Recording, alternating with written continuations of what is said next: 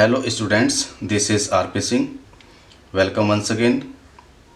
आज class 8th mathematics chapter 3 understanding quadrilaterals लेते हैं। क्वाड्रिलेटरल्स को समझना, चतुर्भुज। इसको समझने से पहले हमें कुछ बेसिक चीज़ें समझनी होंगी। जैसे है ये पहला प्लेन सरफेस, कि प्लेन सरफेस क्या होती है। तो paper is a model for a plane surface. जैसे कि ये पेपर कॉपी का पेपर है, तो ये प्लेन सरफेस का अच्छा मॉडल है। अगला है प्लेन कर्व। प्लेन कर्व कैसे बनते हैं, क्या होते हैं। When we join a number of points without lifting a pencil, हम पेंसिल से पॉइंट्स को ज्वाइन करते हुए बिना पेंसिल को हटाए, from the paper and without retracing any portion of the drawing other than single points, we get a plane curve. हमने pencil ली, पेंसिल लेके उसको बिना पेंसिल को उठाए पॉइंट्स को ज्वाइन करते हुए घुमाते चले जाते हैं, तो वो एक कर्व बन जाता है। तो उसे हम प्लेन कर्व कहते हैं। जैसे कि मैंने यहाँ पर बनाया है, ये तो स्ट्रेट लाइन है, इसके आगे भी स्ट्रेट लाइन है, ये भी एक कर्व है, इस तरह से बना दिया, ये भी एक कर्व है, ये सर्कल बना दिया, ये भी एक कर्व है, और इस तरह से ये बनाया है, ये भी एक कर्व है। तो यहाँ पर जो पहला कर्व है, ये simple curve that is not closed. ये कर्व है, सिंपल कर्व है, लेकिन ये क्लोज नहीं है, बंद नहीं है। ये जो हमने बनाया है not a simple curve, curve है लेकिन सिंपल नहीं है। यहाँ जो हमने बनाया है सर्कल जैसा, ये सर्कल है, तो ये सिंपल क्लोज्ड कर्व है, सिंपल भी है और क्लोज्ड भी है।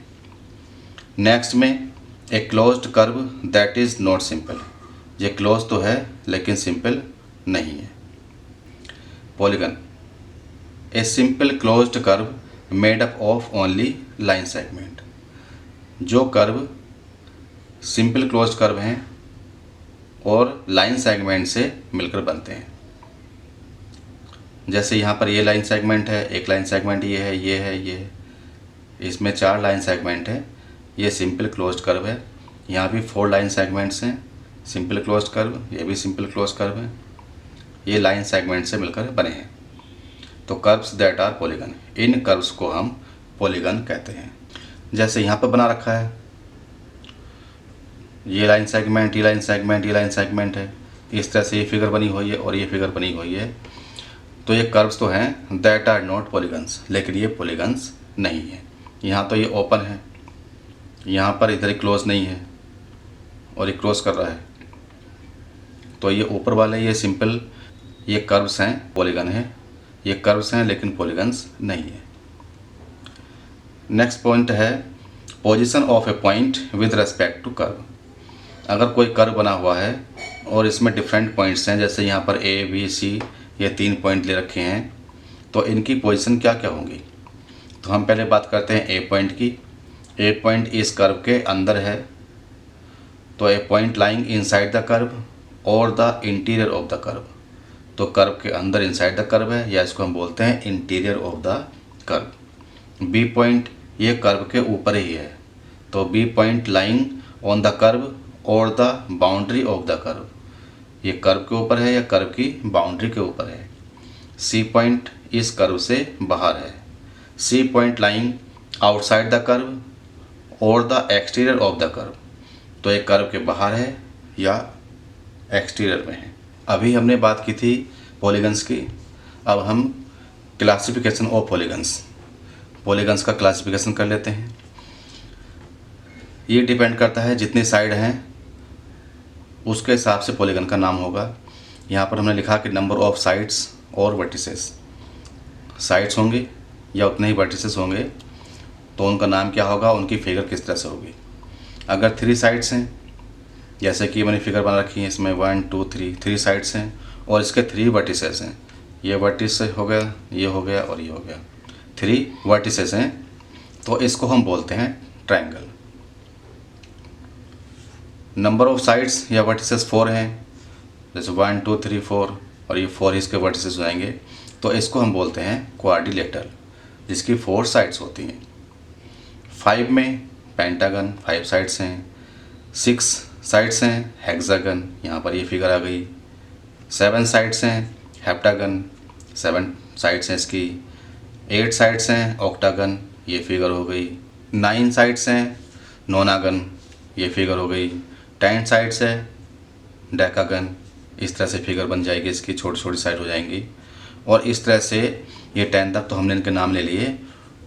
अगर हम आगे चलते रहें और किसी भी पॉलीगन की n साइड्स हैं तो इसको हम बोलते हैं n गन, और उससे कुछ भी फिगर बना सकते हैं। ये डिपेंड करेगा कि n की वैल्यू कितनी है।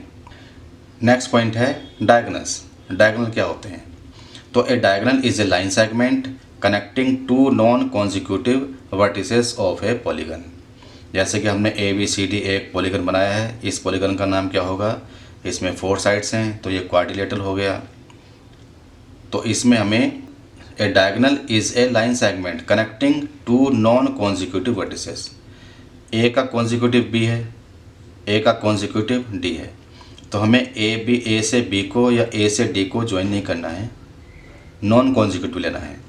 तो ए का नॉन कॉन्जिक्यूटिव C हो गया, तो AC को हम ज्वाइन करेंगे तो ये डायगोनल बन जाएगा।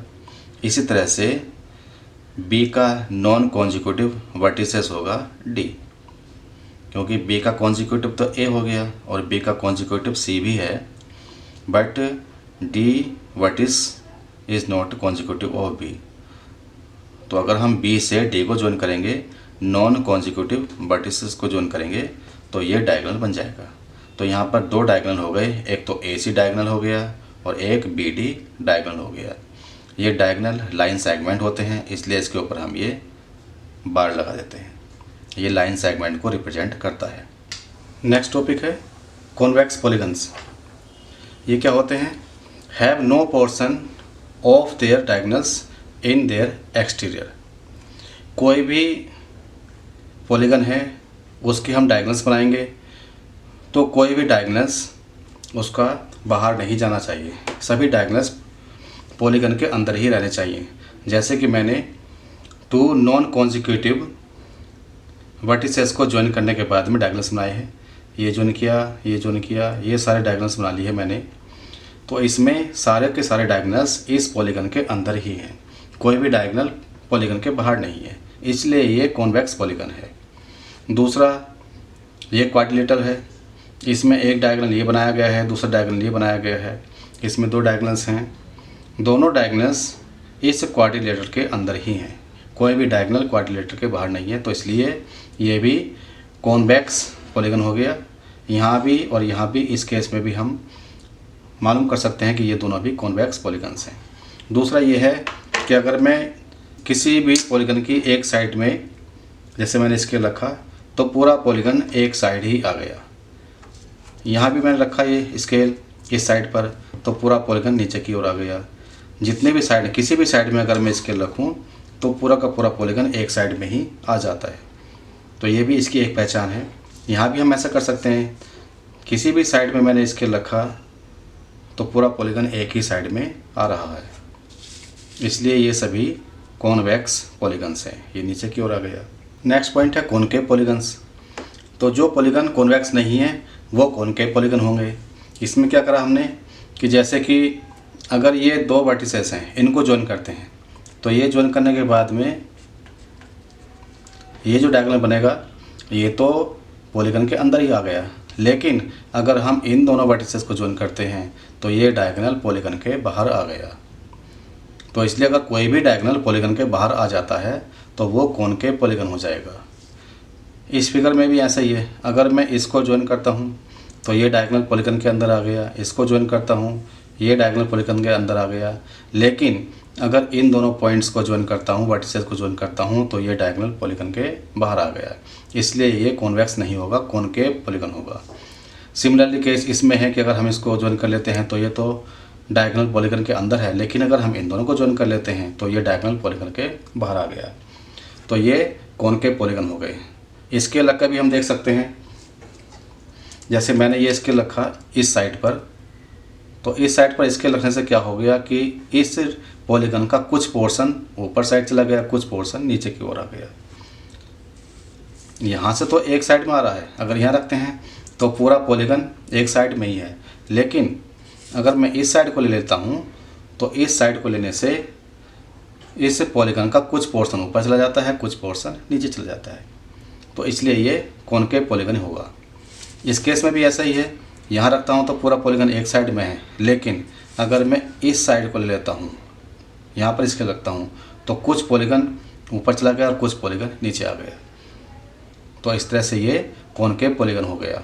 सिमिलरली यहाँ पर भी हो सकता है कि अगर मैं इस साइड को ले लेता हूँ तो इस पॉलीगन का कुछ पोर्शन ऊपर चला गया और कुछ पोर्शन नीचे की ओर आ गया। तो इस तरह से ये कॉनकेव पॉलीगन होंगे। आगे हम देखते हैं रेगुलर पॉलीगन्स। रेगुलर पॉलीगन्स क्या होते हैं? Both equiangular and equilateral. दोनों इक्विएंगुलर भी हों, इक्विलेटरल भी हों। इक्विएंगुलर मतलब उनके सभी एंगल्स बराबर हों। इक्विलेटरल मीन्स सभी साइड्स बराबर हों। जैसे कि ये इक्विलेटरल ट्रायंगल है, तीनों साइड्स इक्वल हैं, तीनों एंगल इक्वल हैं, इसलिए ये रेगुलर पॉलीगन होगा। ये हमने स्क्वायर लिया है। स्क्वायर में हम जानते हैं कि सभी साइड्स इक्वल होती हैं, सभी एंगल्स भी इक्वल होते हैं, सभी एंगल्स 90 डिग्री के हैं, इसलिए ये रेगुलर पॉलीगन होगा। क्वाड्रिलेटरल में अगर हम रेक्टेंगल ले लें तो रेक्टेंगल में ऑल एंगल्स आर इक्वल, सभी एंगल्स तो इक्वल होते हैं, 90 डिग्री के होते हैं, लेकिन सभी साइड्स इक्वल नहीं होती है, इसलिए रेक्टेंगल रेगुलर पॉलीगन नहीं होगा। ये मैंने हेक्सागन लिया है, इसमें सभी साइड्स इक्वल हैं, सभी एंगल्स इक्वल हैं, इसलिए ये भी रेगुलर पॉलीगन हो जाएगा।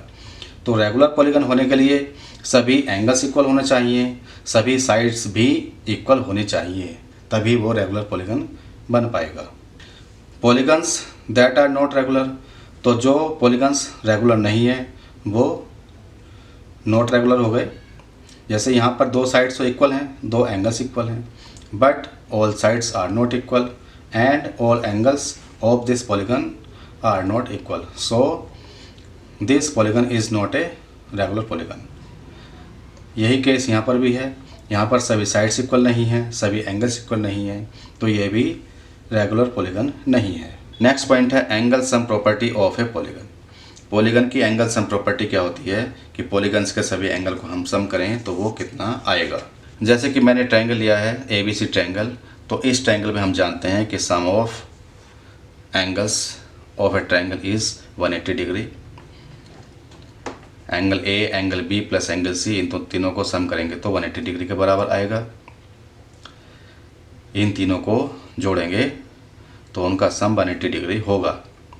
अब मैंने ABCD एक क्वाड्रिलेटर ले रखा है, इस क्वाड्रिलेटर को 2 ट्रायंगल में डिवाइड कर दिया AC डायगोनल को ज्वाइन करने के बाद में।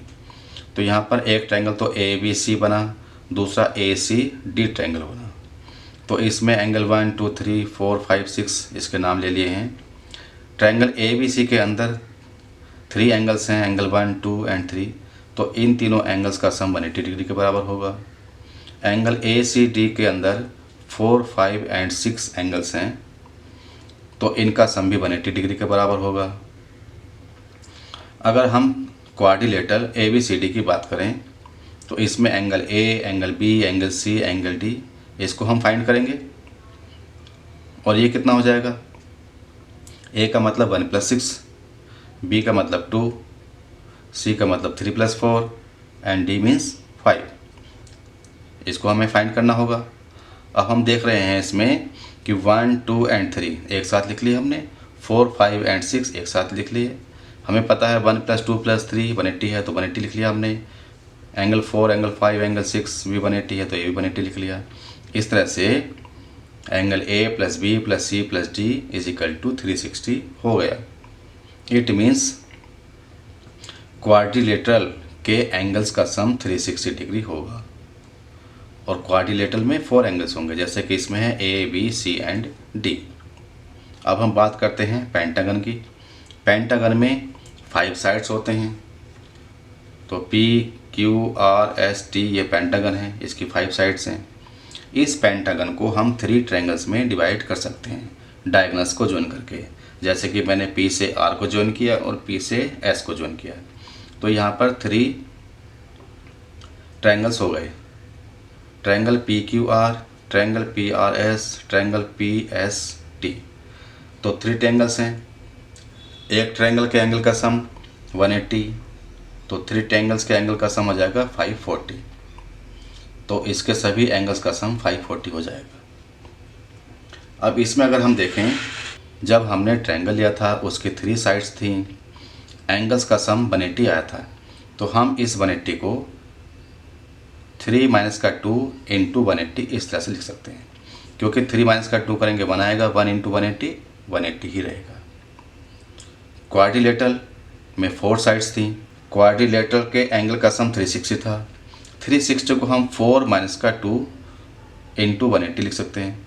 हमने इससे रिलेट किया है, यहाँ 4 है तो 4 माइनस का 2 करके देखा, 2 आ जाएगा, 2 की मल्टीप्लाई 180 में करेंगे 360 आ जाएगा। जैसे यहाँ भी हमने ऐसा ही किया था कि साइड 3 थी, 180 एंगल का सम था, तो हमने इससे रिलेट करके 3 माइनस का 2 करके देखा इंटू 180, सोल्व किया तो 180 ही आएगा। इसी तरह से हम 540 को, ये पेंटागन की साइड 5 है, 5 माइनस का 2 इंटू 180 करें, 5 माइनस का 2 3 आएगा, 3 की मल्टीप्लाई 180 में करेंगे तो 540 आएगा। तो इस तरह से ये रिलेट हो गया। इसका मतलब हम पॉलीगन की साइड्स गिवन हैं तो उसके लिए हम एंगल सम का फार्मूला बना सकते हैं। अगर साइड n हो जाएंगी तो एंगल सम आ जाएगा n माइनस का 2 इंटू 180। जैसे यहाँ 5 साइड थी तो 5 माइनस का 2 इंटू 180, 4 साइड्स थी 4 माइनस का 2 इंटू 180।